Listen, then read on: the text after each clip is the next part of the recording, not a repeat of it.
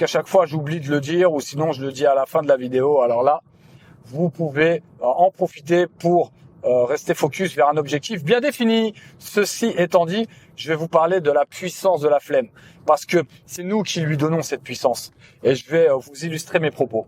Alors, moi, je déteste faire la vaisselle. Ça, c'est un truc de dingue. Et donc, j'ai compris la leçon en achetant un lave-vaisselle.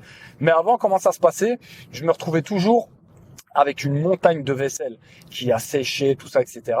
Et après, je vais pour aller chercher un yaourt. Je me rends compte que j'ai même plus de cuillère de propre. Et c'est là où je vois la montagne de vaisselle. Et elle me regarde, et je la regarde, et on se regarde. Et plus je la regarde, et plus je sens en fait le stress monter.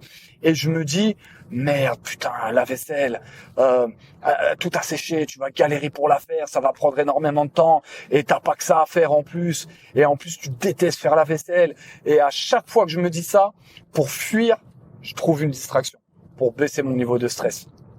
Et c'est un cercle vicieux.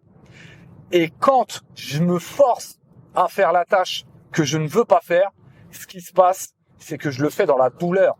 Et donc, j'ancre cette douleur à cette tâche-là. Ce qui veut dire que la prochaine fois que je me retrouve à devoir faire cette tâche, eh bien, du coup, je me rappelle de cette douleur-là. Et donc, j'y vais à reculons. Et je mets beaucoup plus de résistance. Et finalement, je me rends compte que c'est moi qui fais ce taf-là. Et une fois, je me suis posé la question à savoir comment faire pour ne pas tomber dans ce piège.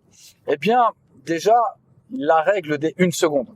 C'est-à-dire que à chaque fois que je sais que je dois faire quelque chose, une tâche ou une action particulière, ça va me traverser l'esprit. Et si je le fais pas de suite ou si je le note pas, eh bien, du coup, je vais complètement zapper. Et je vais m'en rendre compte au dernier moment, je vais m'en rendre compte. Alors que là, la règle des 1 seconde, c'est dès que l'idée me traverse l'esprit, tout de suite, faut que je passe à l'action avant que je commence à me parler, à me dire voilà tout ce qui est négatif et tout ce qui va m'augmenter ce stress-là. Et la règle des 5 minutes, c'est-à-dire que chaque tâche qui me demande que 5 minutes, eh bien du coup, je peux passer à l'action directement. Mais ce qui est intéressant, c'est aussi de me dire bah OK, avant tu laissais la vaisselle s'entasser et sécher.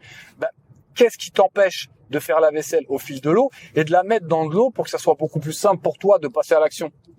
Et du coup, ça a commencé à devenir beaucoup plus simple pour moi. Et surtout, la distraction, la petite vidéo de YouTube que je me mettais pour esquiver mes responsabilités, eh bien, pourquoi ne pas la regarder en faisant la vaisselle? Voilà. Donc, du coup, je me rajoute un petit truc de plaisir et en plus de ça, de me dire de manière émotionnelle, cette vaisselle-là, elle est à moi, c'est moi qui l'ai achetée, avec mon oseille. Et déjà, je dois être reconnaissant d'avoir assez d'argent pour pouvoir m'acheter de la vaisselle. Et en plus de ça, je dois être reconnaissant de pouvoir la faire la vaisselle, parce qu'il y en a qui n'ont même pas de main. Mais au-delà de tout ça, qu'est-ce que je me suis dit? Je me suis dit, vis le moment présent. Tu fais la vaisselle, tu restes concentré sur les tâches à nettoyer, et au moins ta vaisselle elle est propre. Ok, d'accord, c'est vrai que je gaspille beaucoup plus d'eau comme ça, parce que bon, là la productivité au niveau de la vaisselle c'est pas trop ça pour moi. Mais au moins ça me donne des moyens de passer au-delà de cette partie qui me génère le stress. Et ça, maintenant je le mets en place pour tout ce que je dois faire, surtout pour les tâches qui sont rébarbatives et surtout pour tout ce qui va me demander de l'énergie cognitive.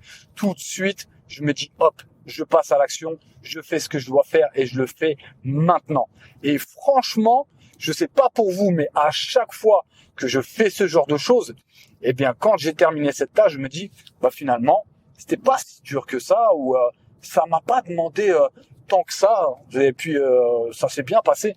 Mais pourquoi? Parce qu'on n'est pas arrivé à cette montagne de stress qui génère du cortisol et qui nous provoque en fait cette expérience désagréable. Voilà. Écoutez, j'espère que ça va vous servir à quelque chose. En tout cas, moi, ça me sert tous les jours parce qu'à chaque fois que je sens ce stress, eh bien, tout de suite, je passe à l'action pour éviter que ça augmente. Voilà. Je vous dis à bientôt pour une nouvelle vidéo.